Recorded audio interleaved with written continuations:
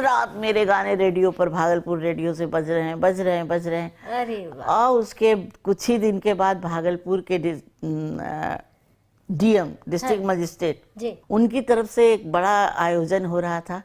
उसके लिए मुझे जमालपुर भेज के आदमी बुलाया गया। वो पहला मेरा थोड़ा सा प्रोफेशनल और थोड़ा बड़ा मंच था मेरे जीवन का। जी जी। तो मैंने वहाँ जाके गाना गाया, पापा लेकर गए। हाँ, अच्छा, पापा मुस्कुराते हुए? हाँ, हाँ। लेकर गए। वहाँ भी मैंने झंडा गाड़ा, ऐसा गाया कि बस उनकी पत्नी उठ के रोते हुए आई और कलेजा लगा लिया मंच पे। हाँ, लेकिन इस सब के बीच में जब संघर्ष की बात हो रही है, बेटियों के हिम्मत की बात हो रही है, बेटियों के, ऐसी बेटियों के माता पिताओं को भी समझाने की बात हो रही है कि ऐसा ना करें। मेरे माता पिता ने मेरी शादी कर दी 14 साल की उम्र में। मतलब मेरे रिश्तेदार, मेरी बुआ, मेरे चाचा सब पीछे पड़ गए। सब बहुत पापा को शिकायत करने लगे कि ब्राह्मण की बेटी कहीं मंच पर गाती है, 5-5 म्यूजिशियन के साथ, मर्दों के साथ बैठ के गाती है, ये है वो है, इसकी शादी कर दो नहीं तो बात बिगड़ जाएगी आगे। उन्होंने जैसे तैसे जहाँ तहाँ शादी कर दी, किसी काबिल आदमी से नहीं की। तो समझ लो कि मेरा संघर्ष 4-5 गुना बढ़ गया। मैं गाऊं कि मैं दुख झेलूं, कि मैं अत्याचार झेलूं, कि मैं विरोध झेलूं, हाँ। कि मैं लोगों का कुछ से कुछ कह रहे हैं वो झेलूं। शादी हो गई थी? शादी हो गई 14 ईयर में, और 15 में मेरी एक लड़की हो गई। मैं बहुत पतली दुबली कमज़ोर छोटी सी लड़की। वो ऐसे परिवार में शादी हो गई जिसमें लड़का तो कुछ नहीं ही करता था और सारी बुरी आदतों का आदी था। अच्छा। और उसके इतना बड़ा परिवार, गांव, खांटी गांव में, ऐसा खांटी गांव कि जिसके घर में टॉयलेट आज के डेट में भी नहीं है, मुझे सुनने को मिलता है। हाँ। जंगलों में जाना पड़ता था शौच वगैरह के लिए, पहाड़ में।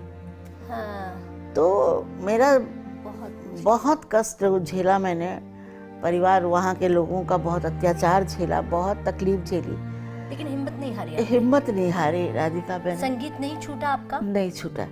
बहुत मार पीट, आग से जला देना, जहर खिला दिया। क्या बात कर रहे हैं आप? सब कुछ किया और मैं झेलती रही, लेकिन वहाँ से निकल के मैं पढ़ाई करती रही। आप निकले कैसे वहाँ से? किसी तरह, मतलब मेरे जमालपुर से वो 1 घंटे के रास्ते पर था। ट्रेन से जाओ तो आधा घंटा 45 मिनट। हाँ। तो 2-3 साल तक तो मम्मी पापा ने वहाँ रहते हुए भी थोड़ा सा सपोर्ट किया। अच्छा, शादी के बाद? शादी के बाद भी, लेकिन कि कुछ कोई बड़ा प्रोग्राम हो तो पापा बुलवा लेते थे या ले आते थे। अच्छा, संगीत के लिए? संगीत के लिए। हाँ। लेकिन मुझे आगे पढ़ने की इजाज़त भी नहीं थी, पर मुझे पढ़ना भी था। मैंने, बेटी हो गई थी? हाँ, तो वो सब करते हुए, सब संभालते हुए, बेटी को मम्मी संभालती थी। तो मैंने बीए किया। उस लड़के को भी बीए कराया गया जिससे मेरी शादी हुई थी। आपने? लोगों ने बोला कि हाँ, तुम्हारी बीवी इतनी अच्छी है, इतना पढ़ने में तेज है, तुम इंटर पास ही रह जाओगे। वो इंटर पास था, 3rd डिवीजन। हाँ। तो उसने भी दिया, वो फेल कर गया, मैं 1st डिवीजन पास हुई। ठीक है। और इस तरह से तो उसका जो है गुस्सा, उसका क्रोध, उसका अत्याचार बढ़ता गया। उसने मुझे समय समय पे बहुत मारा, एक समय पान में जहर डाल के धोखे से खिला दिया। मेरा एक कॉलेज में, मैं म्यूज़िक से एमए कर चुकी थी जब, तो एक महिला कॉलेज में मेरा लेक्चरर के लिए अपॉइंटमेंट के लिए इंटरव्यू था। हाँ। उसमें जाना था, जैसे कल जाना है, तो आज 1 दिन पहले उसने मुझे जहर खिला दिया कि ये ना जाए। और उतना ही नहीं, जब मैंने पान चबाया और मुझे लगा कि इसमें कुछ है, चक्कर आने लगा और मैंने थूका, जहर था उसमें। तो उसके बाद जो मैं बिस्तर पे गिरी हूँ तो मुझे आधी रात में हल्का हल्का होश आया। मैंने कहा, नींद में बड़बड़ा के कहा, बेहोशी में, मुझे जाना है, सुबह 7 बजे की ट्रेन है, मुझे कॉलेज में इंटरव्यू के लिए जाना है। उसने इससे ठीक यहाँ पे अगर कोई घूसे से मारे, अनगिनत फाइटें मारी। लेकिन उसके घर में भी एक बूढ़ा आदमी, उसके दादाजी सपोर्ट में, वो थोड़ा सा सपोर्ट करते थे। वो भी इसलिए पैसे के बहुत लालची थे वो लोग, और बहू पैसा कमाएगी तो पैसा आएगा। बाकी लोग विरोध में थे। हाँ। चाहते थे पैसा कमाए, सब कुछ चाहते थे कि इससे पैसा जरूर आता रहे, इसके मायके से, इससे बहुत लालची लोग थे। जी, समझ आया। तो उस आदमी की मदद से मैं किसी तरह कॉलेज इंटरव्यू के लिए पहुंच पहुंची। गए। उधर से पापा पहुंचे और इंटरव्यू लेने कौन आया था तुम्हें बताऊं? जी। शारदा सिन्हा जी। ओ, क्या बात है। तो मेरी हिम्मत बढ़ी उनको देख के। उसी साल उनका एल्बम हिट हुआ था और उनको बहुत अवार्ड वगैरह मिला था। तो उन्होंने उस कॉलेज में जब मेरा गाना सुना तो कॉलेज प्रबंधकों को कहा ये यहाँ नहीं रहेगी, आप ज्वाइन करवा लो। हाँ, इसका ठिकाना बहुत दूर है। हाँ, ये यहाँ नहीं रहेगी। जो भी है, मुझे तो नहीं पता था कि मैं वहाँ नहीं रहूंगी। मुझे नहीं पता था कि मुझे कल कहाँ जाना लेकिन है। आप बस करते चले गए। करते गए। हाँ, ससुराल का अत्याचार झेलते रहे, इसलिए कि कुछ समय बाद पापा मम्मी ने भी पैर पीछे कर लिया। कहा कि नहीं, तुम अपना जहाँ कर दिया, जो बोलता है वो लोग करो, छोड़ना है सब कुछ छोड़ के जाके बैठो, और नहीं तो हमारे बाकी बच्चों का जीवन खराब हो जाएगा। छोटी बहन थी एक, समझ रही। उसकी शादी में दिक्कत होगी, ये होगा वो होगा ये वो। चीजें बहुत होती है। हाँ। तो कुछ साल तक तो मैंने झेला, लेकिन तब तक झेलते झेलते 2-4-6 साल में इतनी हिम्मत और समझ आ गई थी कि मुझे क्या करना है। उसकी शादी हुई और उसकी विदाई हुई। उसके 2 दिन बाद, बहन की। उसके 2 दिन बाद मैंने अपने एक परिचित जिला शिक्षा पदाधिकारी थे, बड़े, हम लोग उनको बड़े पिताजी कहते थे जी। बहुत संगीत प्रेमी आदमी थे। उनको कहीं से भनक लगी थी कि इसको कष्ट है। एक दिन उनको मुझसे बात करने का मौका मिल गया। हाँ। उन्होंने कहा बेटा, जब भी तुम्हें लगे तुम सिर्फ अपने सर्टिफिकेट्स उठा के चले आना, और बाकी मैं देख लूंगा। फिर किसी की हिम्मत नहीं है, बाकी देख लेंगे। सब कुछ देखते समय उस आदमी से मुझे बड़ी नफरत थी जिससे शादी हुई थी। मैं समझ रही हूँ। बहुत नफरत थी। मैं मतलब उस शादी के बावजूद, बच्ची के जन्म के बाद से मैंने उससे किसी तरह का संबंध नहीं रखा था। बेटी साथ में ही रही। हाँ। तो बहुत उसके लिए बहुत तंग करता था, बहुत घिनौना सा। समझ रही हूँ। उसके बाद मैंने 2 दिन के बाद अपनी अटैची उठाई। एक अटैची में कुछ कपड़े, एक अटैची में सर्टिफिकेट्स, एक उंगली बेटी को पकड़ा और रवाना। माँ भाई सब लोगों ने बहुत रोका।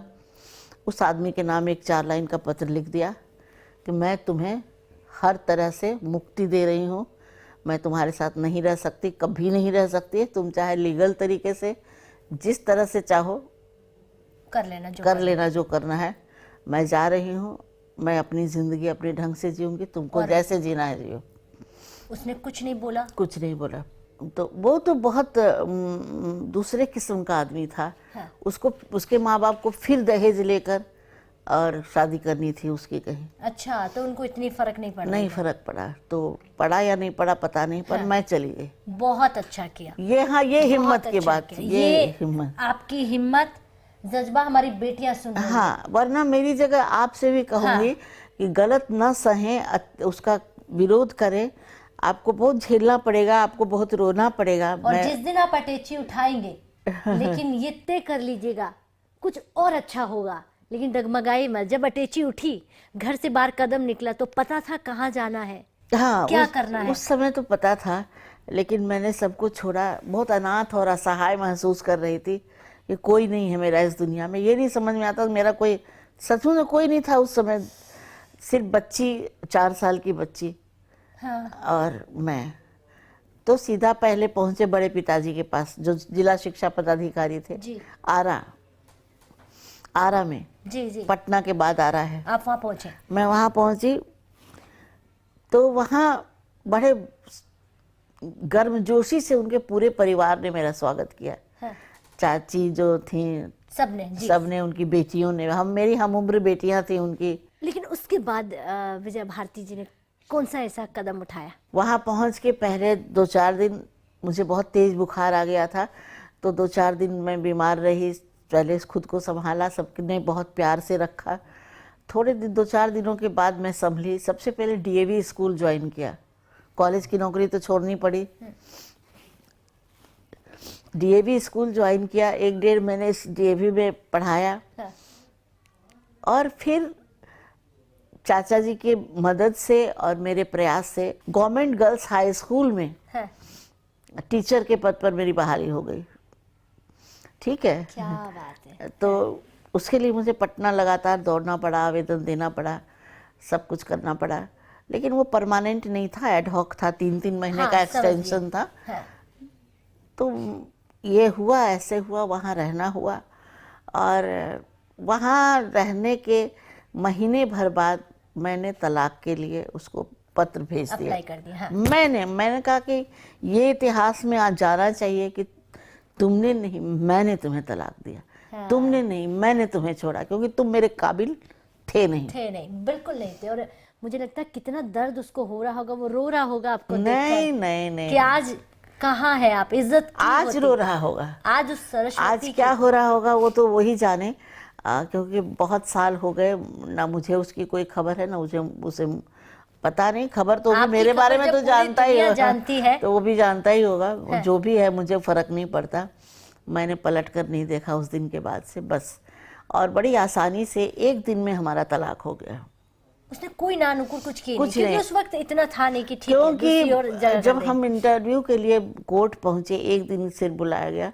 जज जो थे, जज ने जब मुझे रूम में बुलाया, अलग अलग दोनों को बुला पूछते के हैं, हाँ। पूछताछ के लिए, उन्होंने वो मुझको देखते ही उठ के खड़े हो गए।